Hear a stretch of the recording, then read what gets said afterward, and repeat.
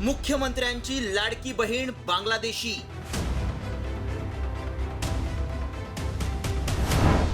आधी घुसखोरी मग योजनेवर डल्ला. लाडकी बहीण योजनेत घुसखोर लाभार्थी.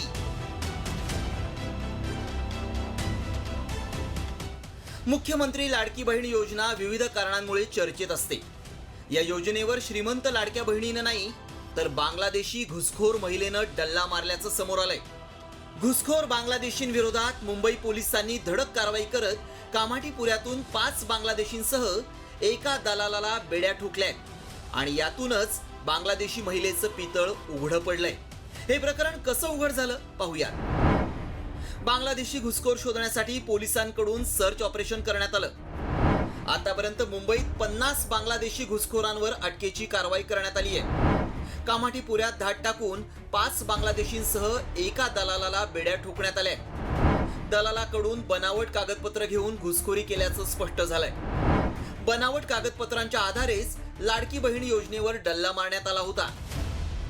बांगलादेशी महिलेनं लाडकीचा लाभ घेतल्यावरून सुप्रिया सुळेंनी सरकारवर हल्लाबोल केलाय. तर योजना सुरू केली त्यावेळी लाडक्या बहिणींचा आधार लिंक करण्यासाठी कमी वेळ मिळाल्याची कबुलीच अजित पवारांनी दिली आहे. सरकारने फॉर्म कसे भरून घेतले ह्याची पण इन्क्वायरी झाली पाहिजे ना, कारण का सगळं आता ऑनलाईन आहे ना. It is so easy.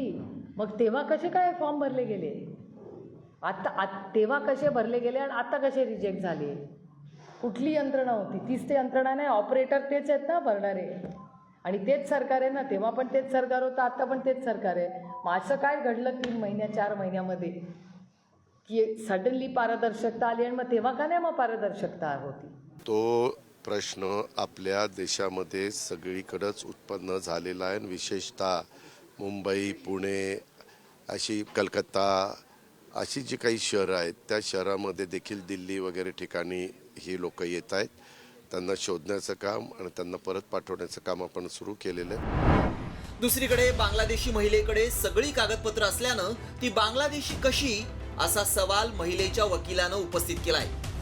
तिच्याकडे सगळे डॉक्युमेंट्स आहे, आधार कार्ड, पॅन कार्ड, जे एक भारतचे नागरिक होण्यासाठी लागणार ते सगळं पुरावा मी दिलाय. आम्हाला इन्स्टॉलमेंट भेटलाय कारण आमच्याकडे ओरिजिनल आधार कार्ड, पॅन कार्ड होतं. या आधारवर आम्हाला त्याचा पण बेनिफिट भेटलाय. बाकीचे ज्यांचे रिलेटिव्ह आहे ह्यांनी हे सादर केलं आहे कोर्टात की बाबा की आम्हाला हे सगळं जेव्हा बेनिफिट भेटतं आमच्या रिलेटिव्ह आणि आम्हा लोकांना, तर आम्हाला का आम्ही नागरिक का नाही आहे या देशाचा? पोलिसांच्या सर्च ऑपरेशनमध्ये बांगलादेशी घुसखोरांसोबतच त्यांनी सरकारच्या योजनांवर डल्ला मारल्याचंही दिसून येतंय. त्यामुळे फक्त कामाठीपुऱ्यातूनच अटक केलेल्या बांगलादेशी महिलेनंच लाडकी बहीण योजनेचा लाभ लाटलाय की हे फक्त हिमनगाचं टोक आहे, याचा शोध घेऊन कठोर कारवाई करण्याची गरज आहे.